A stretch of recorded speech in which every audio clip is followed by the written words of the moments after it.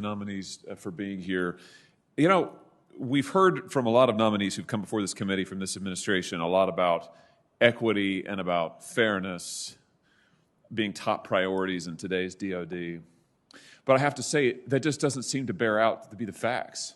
And Ms. Fulton, your nomination is a perfect example of it. What we've actually seen is targeting political opponents, targeting people who the administration doesn't agree with, trying to silence folks who they don't like.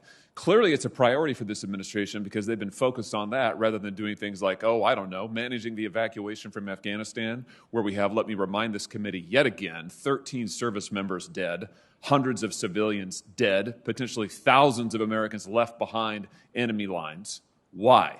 Because the DoD is focused on their radical left agenda rather than on actually saving Americans and doing their jobs. Now, Ms. Fulton, I'm astounded, frankly, that you've been nominated. And listen, you're entitled to have whatever views you want. Look, I'm a constitutional lawyer. I'm actually a religious liberty lawyer by training. Your faith is your faith. Your views are your views. You can say whatever the heck you want. This is the United States of America. But you're asking to be appointed to a very important position in the DoD. Let me come back to some of these statements that you made. Religious freedom is twisted to mean conservative Christians can dictate their beliefs to the rest of us. Hashtag Hobby Lobby, repeal RFRA. When did you change your view on RFRA? You told Senator Cotton you're not in favor of repealing it. You were on June 30th, 2014. When did you change your mind? I couldn't tell you exactly, Senator. Why did you change your mind? I couldn't tell you exactly, Senator. You're choosing not to tell me, or you don't want to engage, or you don't like this line of questioning, or you don't think you need to be responsive? Oh, I'm sorry, Senator. Of course, I do mean to be responsive. I don't recall the details of the Religious Freedom Restoration Act, and I want to be clear that I support religious freedom. I support the rights of our troops and our civilian employees to their religious freedom to the entire extent that the law allows within their employment in the Department of Defense. And I support that in every way. Yes, sir. Why is it that you think that the vast majority of white evangelical leaders are utterly unmoored from the gospel of Jesus Christ? Can you explain that to me? Senator, I'm a Christian. I'm a follower of Jesus Christ. I have had differences of opinion from people who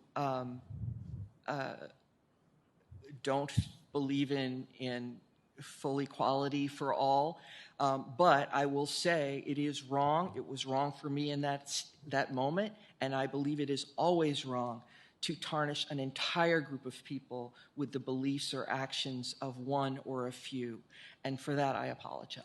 You said that if getting a Supreme Court judge who'd outlaw abortion makes all of this worth it to you, referring to evangelicals, your religion has nothing to do with Jesus. You also say 86% of those who consider themselves white evangelicals support Trump. So which part of it disqualifies these people as Christians? Is it that they are opposed to abortion, or they supported Trump, or both? Help me understand your thinking. I'm so sorry, Senator. Could you read that again? I'm sorry. On September 4th, you said, 2017, 86% of those who consider themselves white evangelicals support Trump. You said in the same tweet thread, if getting a Supreme Court judge who'd outlaw abortion makes all this worth it to you, your religion has nothing to do with Jesus. So is it because they supported Trump that they're not followers of Jesus, or is it because they oppose abortion? Is it both? Senator, I'm trying to put myself back in that moment. I know there were several points at which I felt that the president had made statements or taken actions that I felt were in direct contradiction with the way that I understand Jesus' teaching, and I'm expecting that I was reacting to that. Again, I don't believe we should ever tarnish a whole group of people for the actions of one. Do you think that it's your position to tell people when they are and aren't followers of Christ, or truly Christians or not, just because they disagree with you? I understand you disagree with these folks, but saying over and over that they're not followers of Jesus.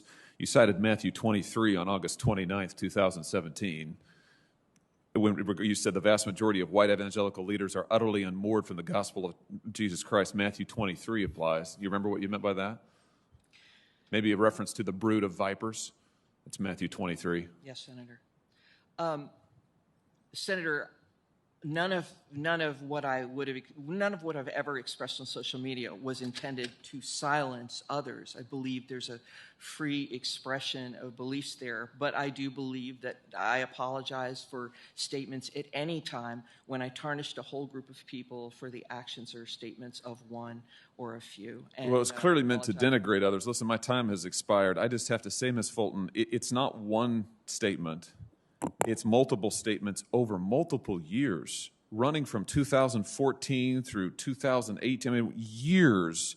There's pages and pages of these statements.